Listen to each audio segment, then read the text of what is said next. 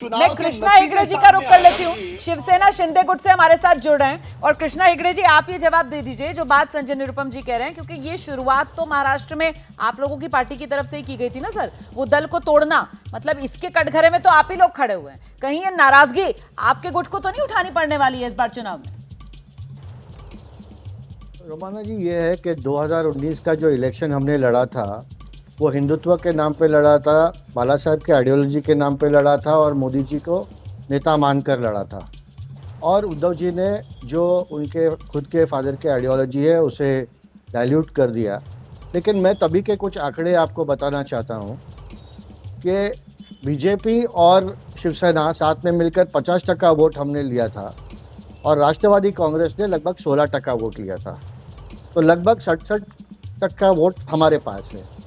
और ये वोट जो है ये एनसीपी का वोट और बाला साहब के आइडियोलॉजी का और मोदी जी के नेतृत्व का और हिंदुत्व के आइडियोलॉजी का वोट है। तो ये वोट डाइल्यूट नहीं होने वाला है। तो मुझे नहीं लगता कि आपकी सर्वे सही है, लेकिन फिर भी अगर आप मानते हैं कि आपकी सर्वे सही है तो आज हमारे पास 38 जो है सांसद है और सामने के उनके पास तो शायद राष्ट्रवादी के पास 3 और कांग्रेस के पास 1 और उद्धव जी के पास 5, तो शायद 9 उनके पास सांसद है। तो बहुत जमीन आसमान का फर्क है। तो ये जो कॉम्बिनेशन ऑफ वोट्स है ये हमारे लिए बहुत ही ताकतवर है। मोदी जी का जो जलवा है आपने देख लिया है छत्तीसगढ़ में, राजस्थान में, मध्य प्रदेश में, कि लोग कहते हैं मोदी है तो मुमकिन है। ठीक है।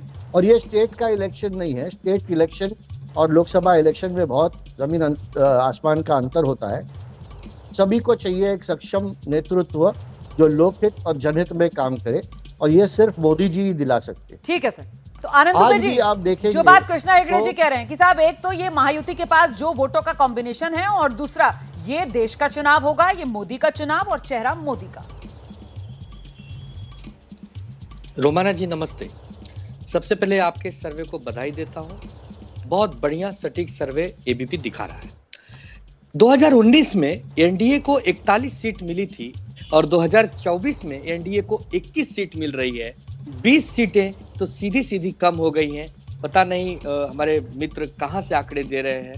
ठीक है, उनको मुबारक हो आंकड़े। मैं आपको कुछ समझाता हूं रोमाना। 2019 में 27% वोट भारतीय जनता पार्टी को मिले थे और 21% के करीब वोट शिवसेना को मिले थे। दोनों मिलाकर 48% के करीब मामला बना था। आज आप देखिए कि 37% जो मिल रहा है बीजेपी को, तो क्या ये मानूं कि 27% बीजेपी का वहीं खड़ा है, लेकिन जो शिवसेना उनके साथ थी उसमें से जो ये शिवसेना और ये शरद पवार अपना अजीत पवार जी की गुट है 5-5% वोट उनके मानूं, या भारतीय जनता पार्टी के वोट घट गए उनके 10-10 मानूं? क्या मानूं? हम यही नहीं समझ पा रहे हैं कि बढ़ा कौन है घटा कौन है।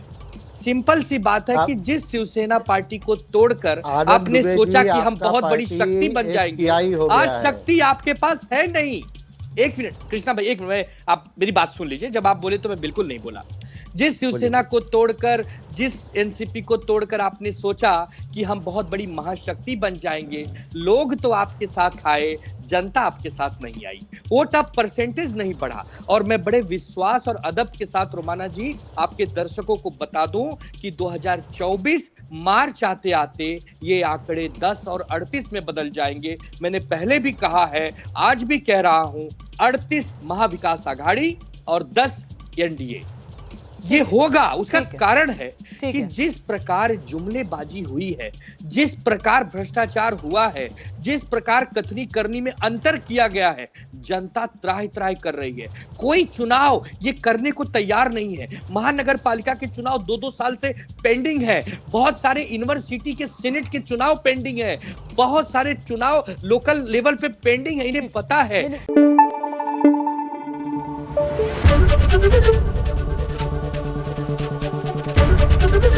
एबीपी न्यूज आपको रखे आगे।